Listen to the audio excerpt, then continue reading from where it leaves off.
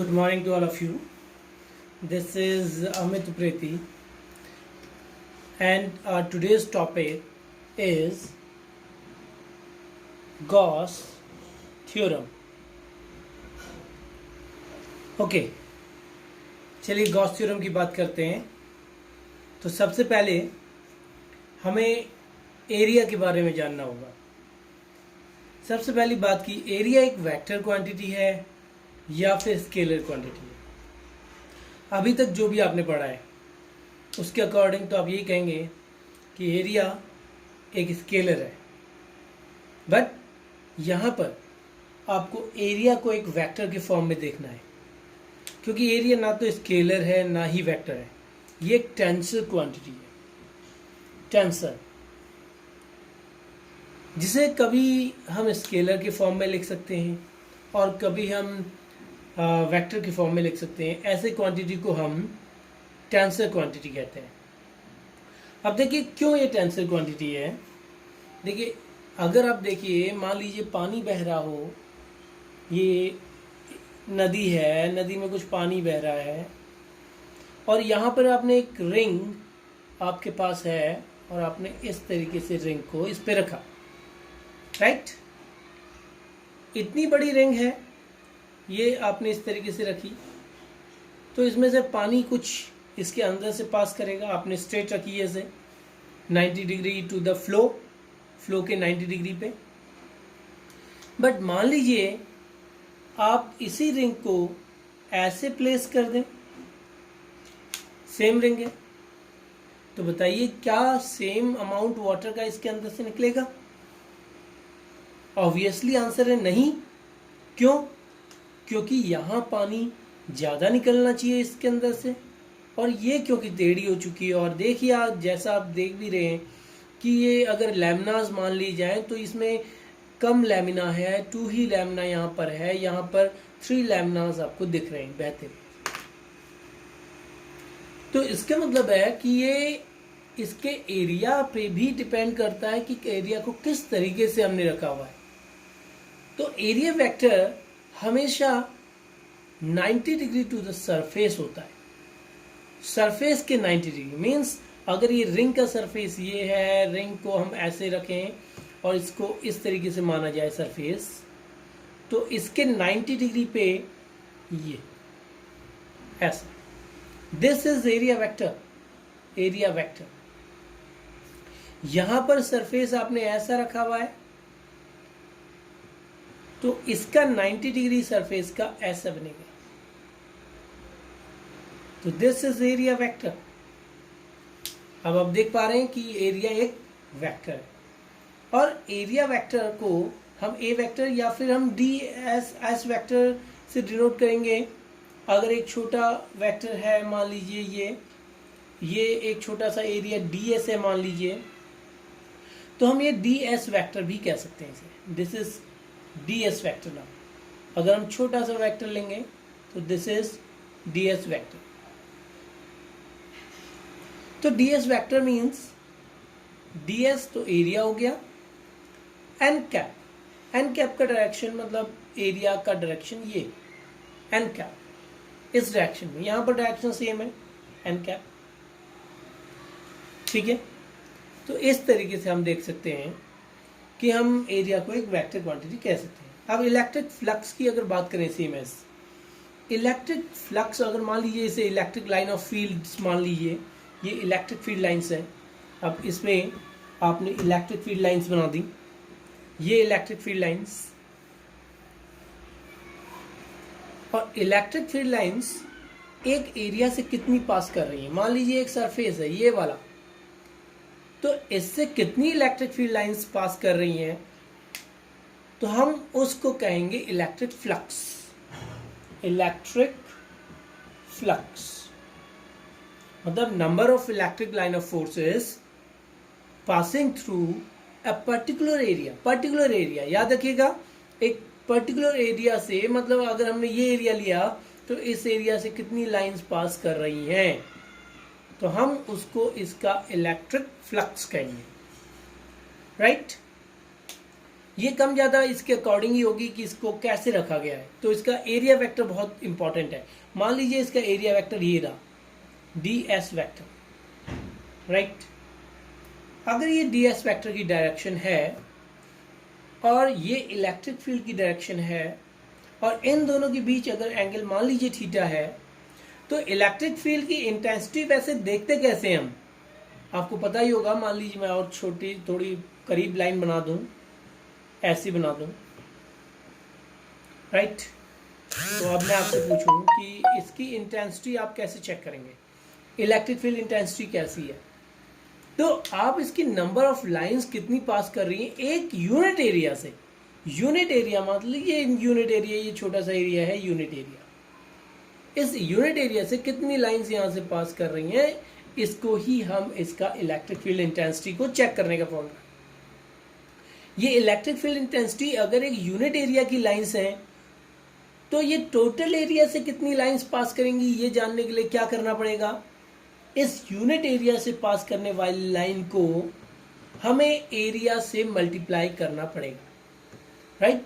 इसके area ds से multiply करना पड़ेगा। बट ई वेक्टर को सिंपली मल्टीप्लाई नहीं कर सकते हम। ये तभी सिंपली मल्टीप्लाई कर सकते हैं अगर ये एक दूसरे के नॉर्मल रखा हुआ है। बट इस समय जैसे आप देख रहे हैं कि 90 डिग्री नहीं है, यहाँ पर थीटा डिग्री है, तो यहाँ पर इसको हम ई एन की बात करेंगे, ई नॉर्मल, कि कितनी नॉर्मल लाइंस पास कर रही हैं। नॉर्मल लाइन जितनी भी पास करेंगी तो उसको हम यहां देख सकते हैं। अब ये निकाला कैसे जाएगा कि नॉर्मल लाइंस कितनी पास कर रही हैं, तो इसके लिए हमारे पास क्या है, इलेक्ट्रिक फील्ड का वो कंपोनेंट जो ds की डायरेक्शन में है, that is E cos theta. Theta angle के साथ लगा हुआ कंपोनेंट ई कॉस थीटा। तो यहाँ ई एन की वैल्यू हमें समझ में आ गई, E cos theta, E cos theta ds, right. तो जब E cos theta into ds करेंगे तो ये इलेक्ट्रिक फ्लक्स कहलाता है, ठीक है। अब जो इलेक्ट्रिक फ्लक्स है डी फाई, मान लीजिए डी फाई मानेंगे क्योंकि छोटा सा फ्लक्स मान रहे हैं अभी छोटे से एरिया से, ई कॉस थीटा ds, तो डी फाई हो जाएगा E D S cos theta, या फिर डी फाई हो जाएगा E vector dot d S vector. This is electric flux. और अगर फाई निकालना हो टोटल इस पूरे एरिया से, तो क्या करें, इंटीग्रेट कर दें, integration E dot d S, that is total electric flux, ठीक है। तो ये हमने देखा कि किस तरीके से हम नेट इलेक्ट्रिक फ्लक्स निकालेंगे। ई डॉट डी एस मतलब इलेक्ट्रिक फील्ड का surface charge integration is called electric flux. Electric flux क्या है, इलेक्ट्रिक फील्ड का ही सरफेस चार्ज इंटीग्रल है, राइट। अगर हम गॉस लॉ की बात करें यहां पर, तो गॉस लॉ एक क्लोज सरफेस पे अप्लाई होता है।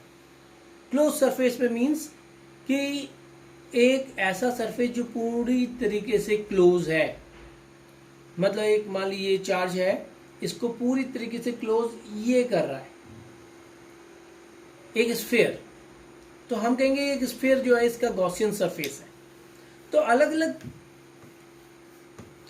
तरीके के जो चार्ज हैं उनका अलग अलग तरीके का गॉसियन सरफेस रहेगा। तो सबसे पहले बात करते हैं पॉइंट चार्ज का। पॉइंट चार्ज का गॉसियन सरफेस कैसा होगा, तो ये एक स्फीयर होगा। गॉसियन सरफेस इस तरीके से क्लेवरली लिया जाता है ताकि उसका उस गॉसियन सरफेस के किसी भी पॉइंट पे इलेक्ट्रिक फील्ड सेम आए।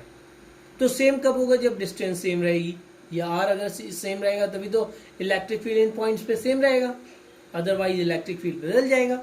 तो कौन सा वो सरफेस है जिस पे इलेक्ट्रिक फील्ड सेम रहने वाला है, तो यस वो स्फेरिकल है। तो पॉइंट चार्ज के लिए गॉसियन सरफेस स्फेरिकल। सेकंड, अगर हम माने कि एक लाइन चार्ज हमारे पास है, तो इसका कैसा इलेक्ट्रिक फ्लक्स रहने वाला है, ये गॉसियन सरफेस रहने वाला है। तो यस ऑफ कोर्स इसका गॉसियन सरफेस हमें एक क्या मिलेगा? सिलेंडर। हमें ये मिलेगा एक सिलेंडर, राइट। तो ये Gaussian surface is line charge का। तो लाइन, इनको क्यों ले रहे हैं हम इसलिए ले रहे हैं क्योंकि हमारे पास एक गॉस थ्योरम है जो हमें ये बताती है कि क्लोज के लिए हम ये साइन का यूज करते हैं, याद रखिए। वैसे E डॉट डी एस जो मैंने आपको बोला था, ये क्या चीज होती है? फ्लक्स होता है ना, phi equal to E dot d S.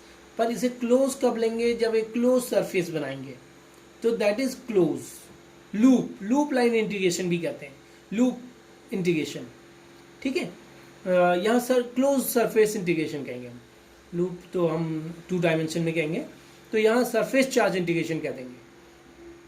Okay, अब ये जो EDS का सरफेस चार्ज इंटीग्रेशन है, ये 1/ε0 टाइम टोटल चार्ज एनक्लोज के इक्वल होता है। यही गॉस थ्योरम है।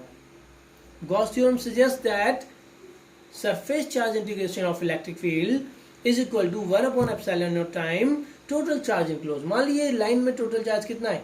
Q है। तो अगर गॉस सरफेस इसे कवर कर रही है, तो इस टोटल सरफेस में अगर इलेक्ट्रिक फील्ड का हम इंटीग्रेशन करें, सरफेस चार्ज इंटीग्रेशन, तो हमें Q/ε0 मिलने वाला है, जो कि फ्लक्स के इक्वल रहने वाला है, राइट। फ्लक्स के इक्वल रहने वाला है, फाई। Getting now. तो ये तो था हमारा गॉस थ्योरम। अब इसके बाद बात करते हैं proof of Gauss theorem. Gauss theorem को कैसे प्रूफ करें? अगर हमें प्रूफ करना हो, तो मान लीजिए एक स्फेरिकल सरफेस के लिए हम प्रूफ करना चाहें, Q/ε0 आएगा कैसे? तो यहां पर मान लीजिए हमने एक चार्ज ले लिया Q, और आप निकालना चाह रहे हैं यहां पर E dot d s is equal to Q/ε0। ये आप प्रूफ करना चाह रहे हैं। LHS ले लीजिए, ठीक है। LHS है आपका EDS का सरफेस इंटीग्रल, राइट। अच्छा, यहां पर इलेक्ट्रिक फील्ड का डायरेक्शन रेडियली आउटवर्ड होता है, यस ऑफ कोर्स। और इस डायरेक्शन में अगर ds इसका एरिया वेक्टर है, तो एरिया वेक्टर भी इसी डायरेक्शन में होना चाहिए, यस और नो, क्योंकि टेंजेंट ये रहा और टेंजेंट के परपेंडिकुलर ही बनेगा एरिया वेक्टर। तो बताइए E और ds में कितना एंगल है? तो yes of course 0 degree angle, EDS cos 0 is 1। E को बाहर निकालिए, इंटीग्रेशन ऑफ ds। E को बाहर निकालिए, इंटीग्रेशन ऑफ ds। ये छोटा छोटा करके कितना एरिया बन जाएगा?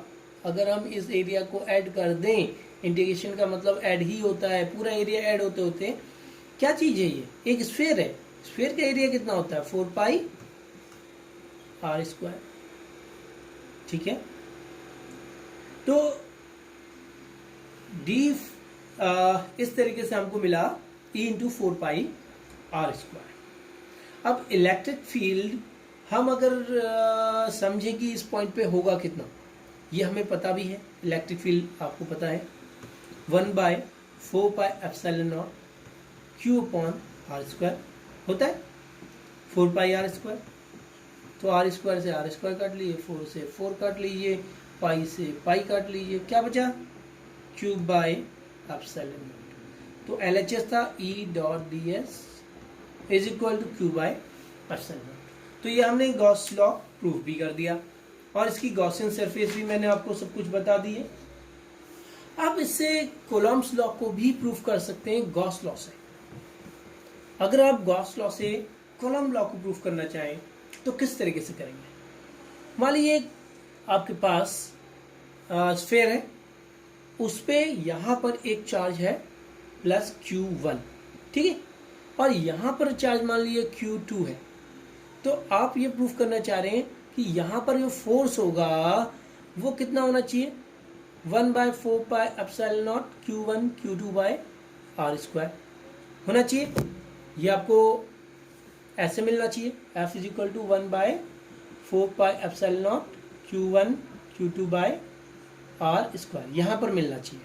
और ये टू प्रूव है, टू प्रूफ। तो इसे कैसे प्रूफ करें?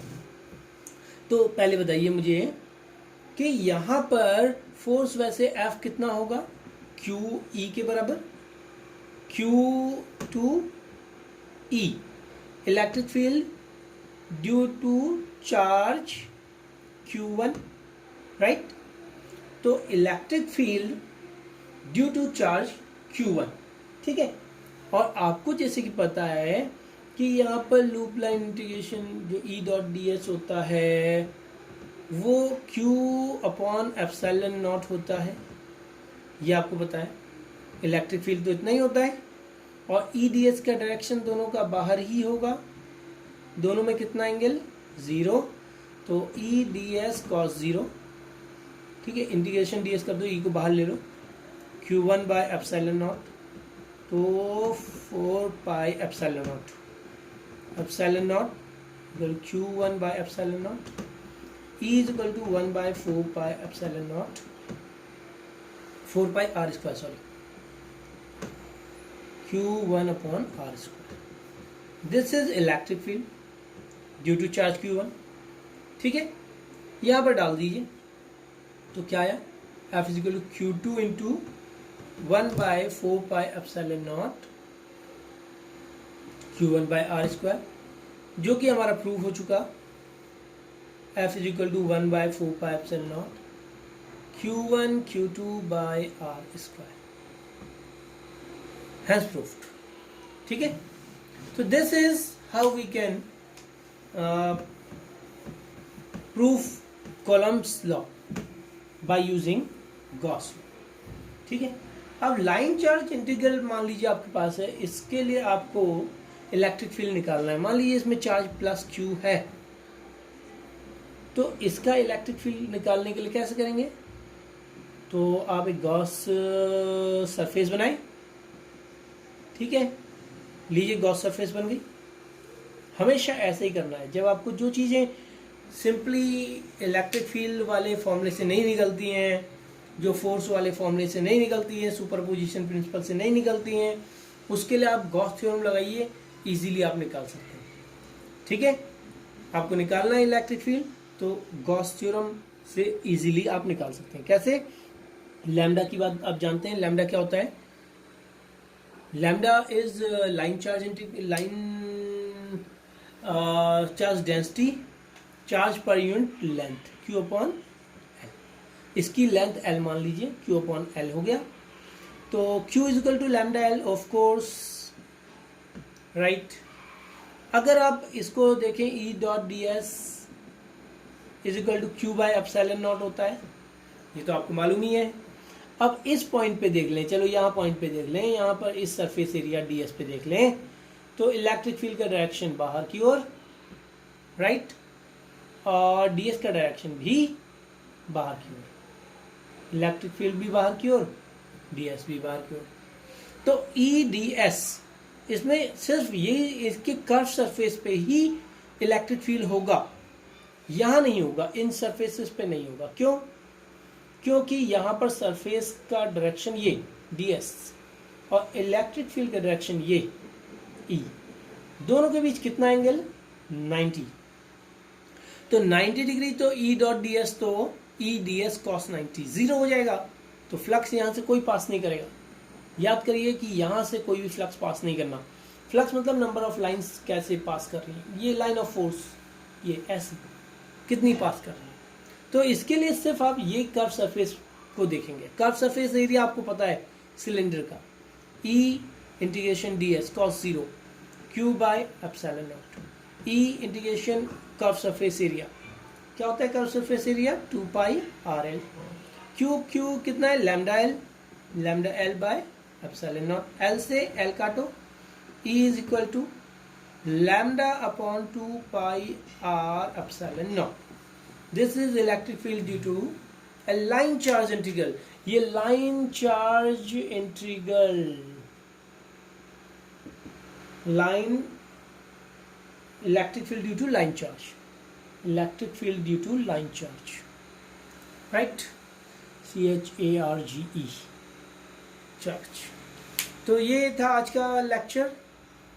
Thank you for watching, like, subscribe and share it. Thank you.